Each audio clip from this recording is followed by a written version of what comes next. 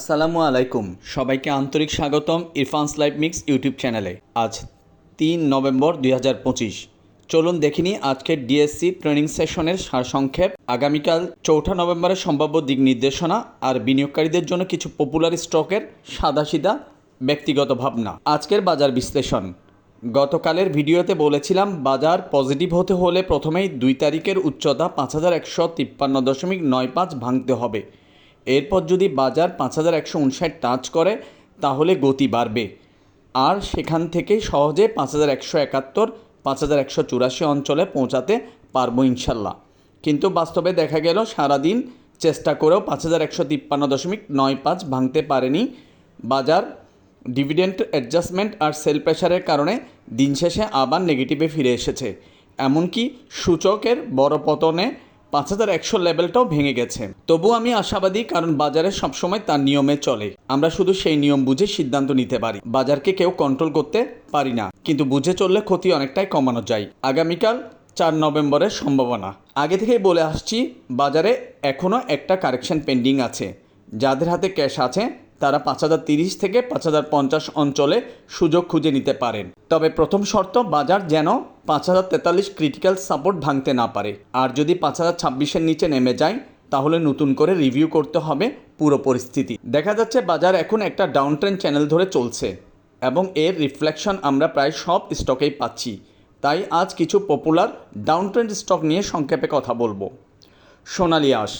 2024 সালে 7 নভেম্বর সর্বোচ্চ পয়েন্ট থেকে এই স্টক দীর্ঘ 1 বছর ধরে ডাউন ট্রেন্ডে আছে। আজ দাম সর্বোচ্চ 232 টাকা 60 উঠেছে। এখন চ্যালেঞ্জ হলো সে এই ট্রেন্ড লাইন ভাঙতে পারে কি না।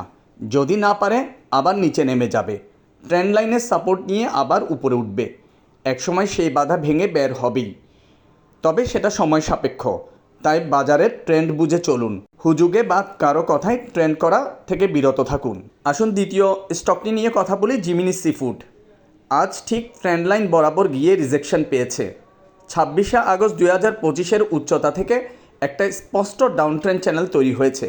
দেখা যাচ্ছে ইন্ডেক্স যা করছে এই স্টকও তার ছায়া অনুসরণ করছে। তাই ইন্ডেক্সের বিপরীতে কোনো কিছুই টিকবে না।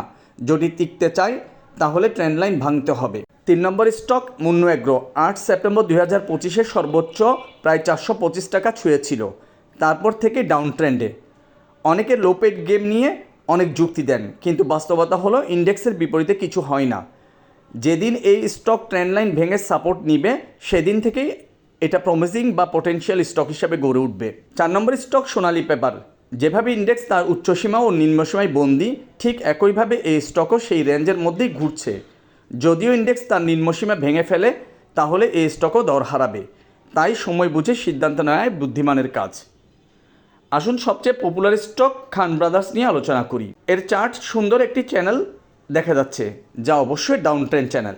এখানে কেউ আপনাকে ফিট করিয়ে দিতে পারবে না। আপনাকে চোখ খুলে দেখতে হবে কোথায় এন্ট্রি নিচ্ছেন, কোথায় স্টপ লস নেবেন, সবই চোখের সামনে। টেকনিক্যাল বড় কিছু না বুঝলেও শুধু আপ ট্রেন্ড না ডাউন ট্রেন্ড সেটা ধরতে পারলেই আপনি অনেকটা নিরাপদ। শেষ কথা, আমি কোনো প্রফেশনাল অ্যানালাইসিস না, কোনো কোর্সও করাই না, একান্ত শখের বসে ভিডিও করি। এই ভিডিওতে শুধু আমার ব্যক্তিগত ভাবনা শেয়ার করি। তাই কেউ যেন বাই বা সেল সিদ্ধান্তে বিভ্রান্ত না হন। আপনার লাভ লোকসান আপনার নিজের সিদ্ধান্তের ফল। আমি কেবল বাজারকে বোঝার চেষ্টা করি, শেখার চেষ্টা করি। শেয়ার বাজার ঝুঁকিপূর্ণ, তাই জেনে শুনে বুঝে বিনিয়োগ করুন। আর পরবর্তী ভিডিওতে আমি থাকবো কিছু আপট্রেন্ড সম্ভাবনার স্টক নিয়ে ইনশাল্লাহ। ততক্ষণ পর্যন্ত সবাই ভালো থাকুন, নিরাপদে থাকুন। ইরফানস লাইভ মিক্স ইউটিউব চ্যানেলকে সাবস্ক্রাইব করে পাশে থাকুন। আল্লাহ হাফেজ।